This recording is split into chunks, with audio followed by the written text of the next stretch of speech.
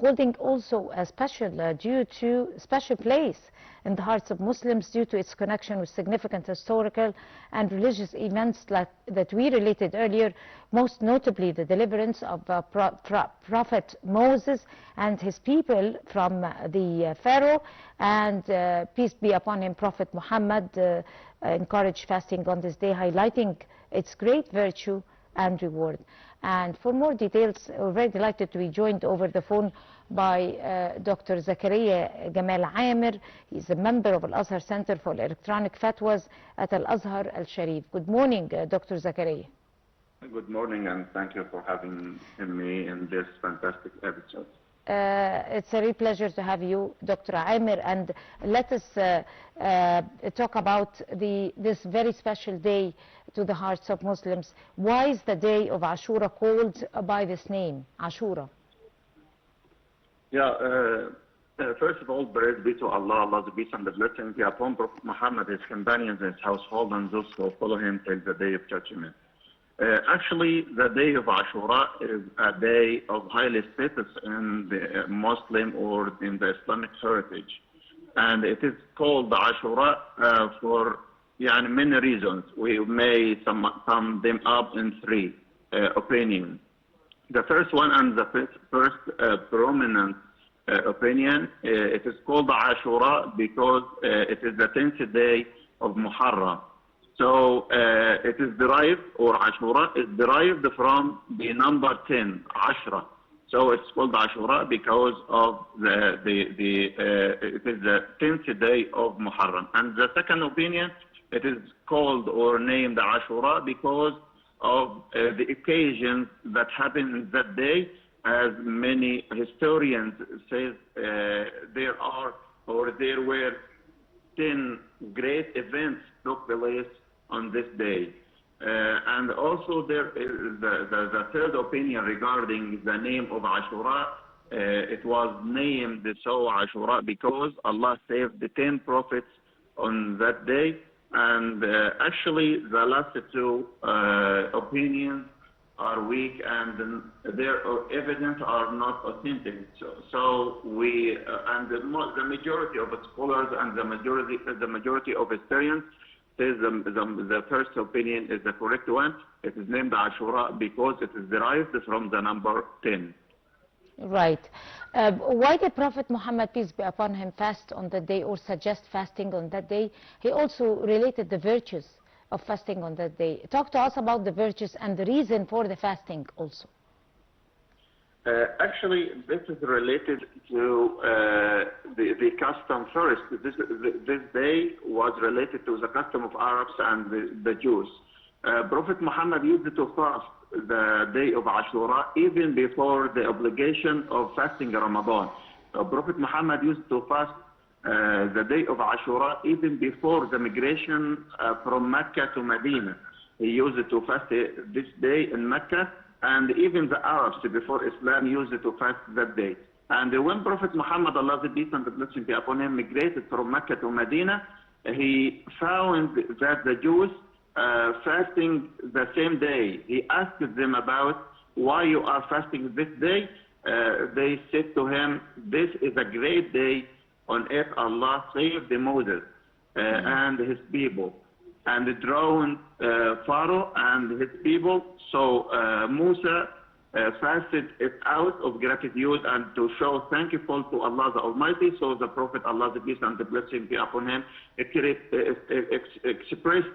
the unity and the connection of the nation of Islam to the previous nation. So the Prophet, Allah's peace and the blessing be upon him, said, then I am more worthy of Moses than you, or Moses has many or numerous rights on us than on yours. So the Prophet, Allah's peace and the blessing be upon him, ordered all Muslims to fast that day, and it was obligatory before making the fasting of Ramadan obligatory. Then it is made or abrogated to be recommended. Right. There must be some lessons that all Muslims and humanity might learn from every story. From this particular day, Ashura, that is highly appreciated by Prophet Muhammad, peace be upon him, and because of the historical events that it reflects and reminds us by fasting the day, and lessons and wisdoms that we have taken out of the stories. If you could elaborate on all those factors, what exact lessons could we take from the day of Ashura, and also the historical events and the wisdom? We all, of course, as Muslims, know the wisdom behind those historical events. Actually, the first wisdom behind fasting this day is that it expiates the sins of the previous year. So this is the first reason, and this is why Prophet Muhammad, Allah's peace and the blessing be upon him, encouraged us to do this.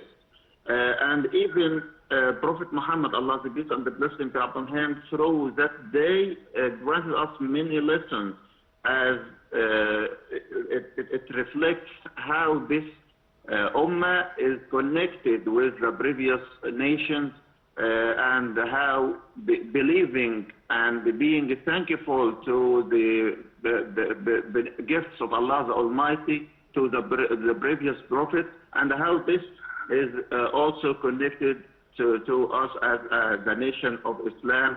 So an article of the belief, or an article of faith, is to believe in the previous messengers and to believe in the previous scriptures. So also there are many lessons we can deduce from the value and the blessings of this day. The first one is to rely on Allah the Almighty, as the story of Prophet Musa or Moses teaches us that victory comes from Allah alone, not from strength of number or equipment. So Prophet Moses, Allah's peace and the blessing be upon him, was and his people was weak, and the Pharaoh had his army or great army, but Allah commanded him, even if this weak situation, Allah commanded him. Then we inspired Moses, saying, strike the sea with your staff, and the sea parted by Allah's permission. So the value here is reliance on Allah the Almighty, is the face of, or in the face of impossibilities. So it turns impossibility to be a possibility to rescue us from hardship. And also this story or this day teaches us to be patient and steadfast upon the truth. So the truth will overcome the injustice at the end. So Prophet Moses and the children of Israel endured the years of harm, oppression, yet they never despaired of Allah's help. So the lesson here is that the relief comes after hardship, and even hardships beget ease. So there are numerous lessons we can take or deduce from that great day. It could be also principles. That is taking us to a very important point, which is how important is it to commemorate and take a flashback in time and remember all those stories and historical events in order to take a flashback into the memory itself of the wisdom and the philosophy of the story and why it happened, and all the lessons that we might learn, especially for the new generations and people who are converting into Islam, because Islam was the final religion, and also it was based on the word iqra, or learn, which is knowledge, and the experiment, and practical experiment to be able to know the facts. That's why we always have to be reflecting on our historical events and our stories that happened before. Yeah, of course I wanna before ending this